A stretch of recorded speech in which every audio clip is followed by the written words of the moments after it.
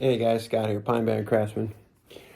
Um, I had to get this off my chest. It's something that's been bothering me. I had a video yesterday. It was about 20 minutes long discussion, and I realized there's a lot of topics in there. It's probably better to break them into smaller videos just to touch on them more. They need more time.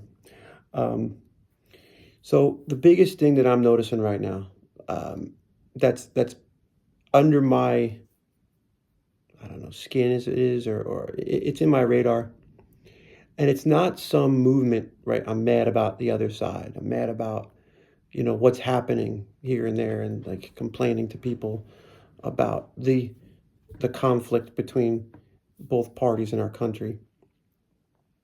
And all I keep thinking is, you know, there's things that I enjoy about people. You know, uh, I find good in anybody that I can. If I can't find good in them, then I don't want to spend any time with them and I'm away. And that's the whole runaway mode that I'm going to get to. People are thinking they got to go protest for their purpose. I got to go yell. I got to go storm. I got to go make a scene, right? They missed it. Protest is good. It has its purpose. It's in us. Here's a hypothetical. You get stranded on a desert island. Many, many movies are based on this. You get stranded on a desert island and you got a group of people that wouldn't normally be together. You got different races, you got different political views, you got different age groups, different sexes, right? And they're all on the desert island together. And there's going to be a struggle, right? And you can survive. There's a way for everyone to survive. But we got to put aside our differences, right? This is the whole TV show. This is the whole movie scene, the plot, right? Whatever you watch, just name it. It's in there. That's in the subliminal. It's coming from a good point of view, I believe. They're trying to teach us through these movies and videos and sitcoms that you got to work with others, right? Somewhere that's all gotten lost, right? Now there's nothing telling us what to do. That's why I was focusing on sitcoms. There's no moral code coming in from anywhere but your parents, if you go to a church, and it's falling on whoever's around your kids most of the time. And it's us as adults, right? The workplace, where we spend most of our time. It's going to dictate who we are. So getting back to the movie plot, right? We're all on the desert island. We're all different. 10 minutes into it, you realize very quickly nobody's getting off this island without working together, right? So in our hearts, we stop seeing the label that we put on ourselves. We stop seeing, maybe the tattoo that's on somebody's arm, that you're judging that book by its cover or the color of their skin or the age of a person. Oh, you're this way because you're old and white, or you're this way because you're African American and that, right? And all these stereotypes, they go away because we got to work together. That shows how little our opinions and political point of views and our little bookmark classifications of each other, they don't matter. So the protest should be inside. I'm going to protest against negativity. I'm going to change my heart. I'm going to be open to my most hated enemy. It's in the books, right? These biblical books, these religious books, they tell you to be kind to your neighbor. They tell you to be kind to others, right? They also say gather the sword, right, against the enemy and use this and that and slash down and all this other, right? But the teachings are there, right? The depth of it, that's really what matters. We shouldn't have to pick up the sword against our enemy. We shouldn't have to pick up the sword against our neighbor. We should know what we're doing is affecting our neighbor, right? Being aware of everybody's opinion and what they're after, right? That's where you get to coexisting on the island. None of that stuff matters when you're on this island and you're trying to survive. It matters when you're home and you're comfortable, or it matters when you're in your little routine and you want to be the smartest guy on the block and you want to have an opinion.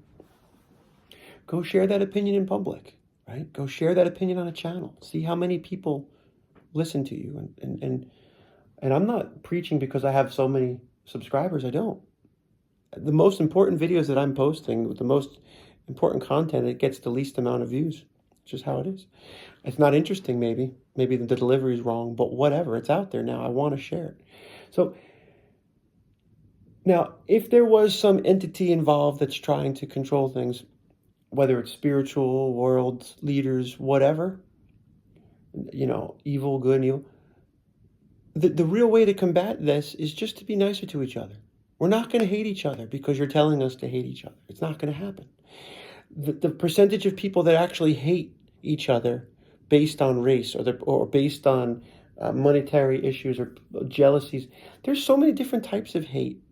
And you could conglomerate into one thing. Oh, he hates me because I'm this. People are more in depth than that. There's a lot more going on. Psychologically, how people were treated in the past, upbringing, parental mistakes. What I'm trying to say is the true battle against this division is understanding and talking. And it has to start here. It's all in here. You got to let down your guard. Go to the person on the other side of the political agenda that you don't like, and you hate what they're doing to your society. You hate what they're doing to your school system. They hate what you're doing to your Bill of Rights and your freedoms. It's a person on the other side that's doing what they think is best because their version in their mind is going to show, I'm hoping, a positive outcome, right? They have to be working on the left to an ultimate positive outcome in the right's coming from its point of view, and the middle's in the middle. But at the same, nobody knows, oh, it's been done, this doesn't work, and this failed, and this doesn't work, and look at history. Well, then there's the problem, and it's never going to work. Not until we love each other, not until we use the teachings of all the big important books, we see past this stuff. It has to start inside of us. And that means holding the door for somebody you hate, period. Somebody that disrespected you in public. You know what, that was a day ago. I'm going to let it go. But maybe you're a doormat. Maybe society looks at you as being not an alpha. Maybe your ego wants you to slam the door in your face and laugh and say, I showed him and I embarrassed her. Or like these debates, right? These debates, I keep talking about these debates. You prove them wrong, but at what cost? At your own moral compass. You knew that you were wrong, but you fought him anyway just to make sure that you won. It's like the guy that put the concrete in the boxing gloves and knocked the guy out and busted his face. I think he killed himself, devastated the guy's mind just to win a match. You're going to kill somebody to be the best boxer? To me, it's like, don't you want to be the best boxer because you tested yourself against attrition and your skill set rose to the premier level, like to cheat with performance enhancing drugs? You're not the best. Okay, it's money. Okay, well, it's power. Okay, who cares? I don't want to be the best. I want to have the most money, the hottest girlfriend, or the fighter jet. Okay, well, you have all those hollow things. Maybe the girl's nice. I don't know. Maybe she just looks pretty, but maybe she's not smart. Or maybe she's super smart and she's pretty, and you got a good girl, like I do. What the deal is we got to change inside. It's hard. I don't want to go down and shake hands with my enemy. There's people that I know in my life that treated me poorly, and I know it, and I hold grudges, but those grudges are worthless if our society crumbles. Is your grudge more important than your society or your government that is doing things you don't agree with, and you're going to hold your grudge to the death, and we're all going to have nothing? And then maybe when you do protest or you do vote, we don't end up in a situation where we're all lost. We're all lost. How did we get here? I know how we got here. We got here because we hate each other. And we're all fighting. Nobody's actually focusing on what's important. We all think we know what's important. Taking guns off the street, right? Yeah, out of criminals' hands, sure, that's important. But you can't take guns away from people that are about to go into a third world war. What are you talking about? Where are the people that are going to protect the country? What are you talking about? Nothing makes sense. That's what I'm trying to say. So let's change our hearts. Let's get our straight and narrow back on. Everybody come along. I don't care what you're into. There's marginal things that you can't do.